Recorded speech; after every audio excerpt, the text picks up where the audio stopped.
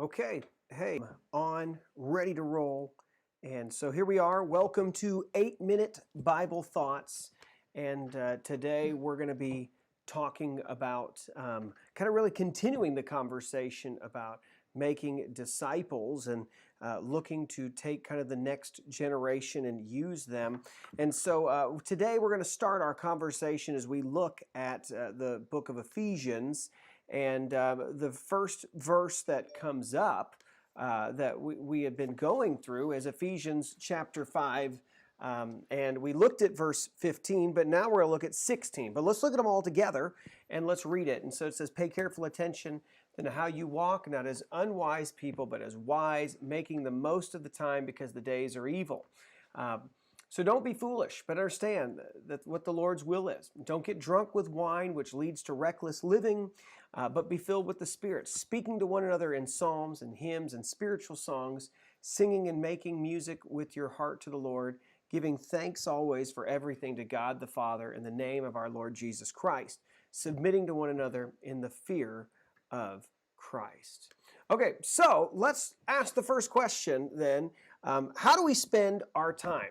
So the things that we looked at last video was the idea of paying attention to how I walk. So am I mindful of the way that I'm living out my life, my actions, all of that?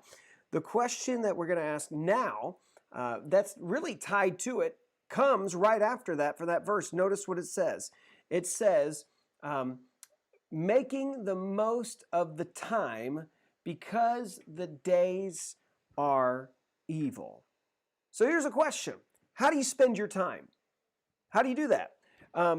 If you're to be looking at your own actions, there's one part of you to say, am I living for Jesus? Am I demonstrating that to my family? Am I demonstrating that to my coworkers?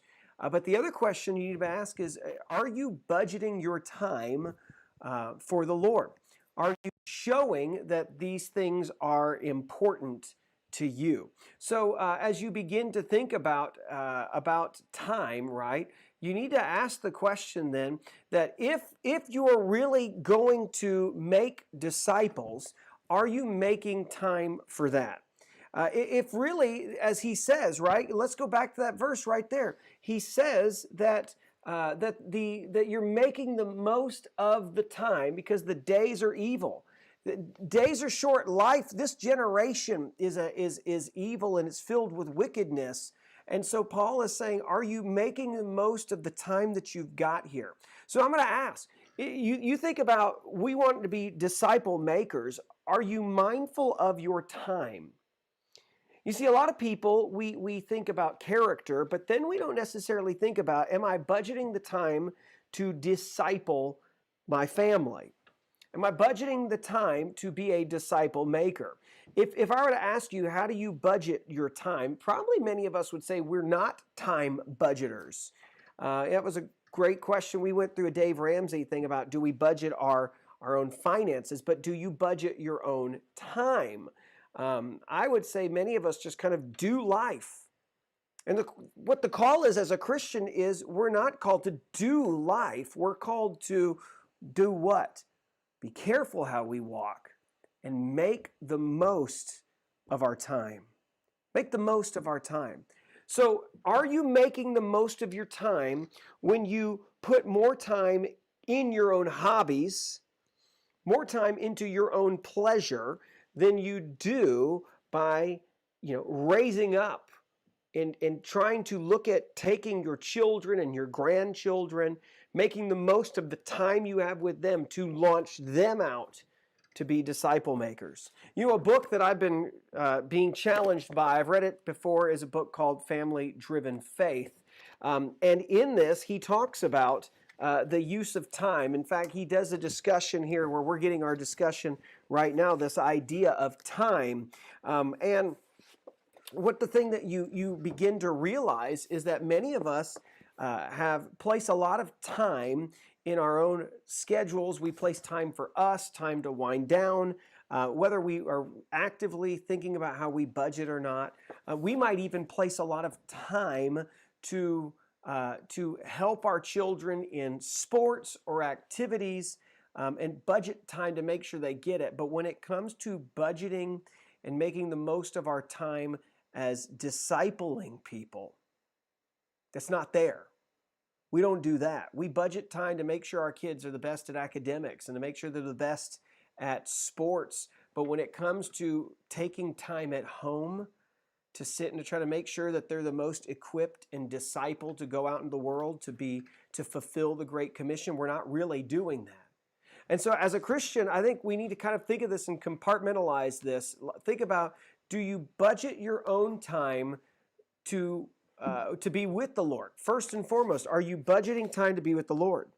Are you budgeting time that shows that you're spending time with Him because you want to grow and you want to see the Lord move in your life and you want to draw near to Him? Are you budgeting time for that? Are you budgeting time for you to be what you've been called to be in your own home? So think about your own personal life, but now let's ask the question: are you looking to budget your time to be the kind of person that you need to be when you're who you are when you're not at the workplace? You know, I love one of the things that he says in this book here as he's talking about just the jobs that we have to be done. And he says this, and I think this is a great little comment to think about. And so, like I said, this is from the book Family Driven Faith. And here's what he says. He says, every one of us needs to evaluate the way that we spend our time. Are you involved in things that take you away from your duties as a husband or a wife? Are those things necessary, or are they merely convenient and enjoyable? Can you do something to make up for the time? If not, is this an area that needs to be brought under the submission to your biblical duties and roles? These are questions we simply cannot avoid if we're serious about family-driven faith. So you should be asking the question, am I doing things that are not having me do the things that God has ultimately called me to do? So if you look at your own life, what has God called you to do? He's called you to be a follower of His first and foremost. And then what's next in the hierarchy? In terms of importance of what I've been called to do, it's me and my relationship to the Lord. The next most important thing I have is me and my relationship into my family, and then everything else. But a lot of the time we switch that. My role as a father and my role is to be a husband and to impact my wife and my kids. We kind of throw that to even beyond. I'm going to have fun. I'm going to do the things I want to do first. I'm going to do my job and all of that, and I'm going to leave all of that to the side instead of doing the hard work to disciple, to encourage, to come alongside. And so it's a lot of things, but at the end of the day, I'm called to make the most of my time. And so am I willing to submit my time even to the Lord? Am I willing to say, God, these are the things that I want, but what you have asked me to do is first and foremost, make the most of my time for you. So that's not to mean that every time the church doors are open, when COVID is gone, that you are here and that's making the most of your time. No, making the most of your time is saying, I'm only on this planet for so long, and am I doing what I've been called to do, or am I living for myself? And as Christians, we can definitely fall into the trap of thinking that we're living for Christ because we have a relationship with Him. We might read our Bible and all of that. We might kind of avoid certain things, but really we're not actually using the most of our time for Him. So I want to challenge you.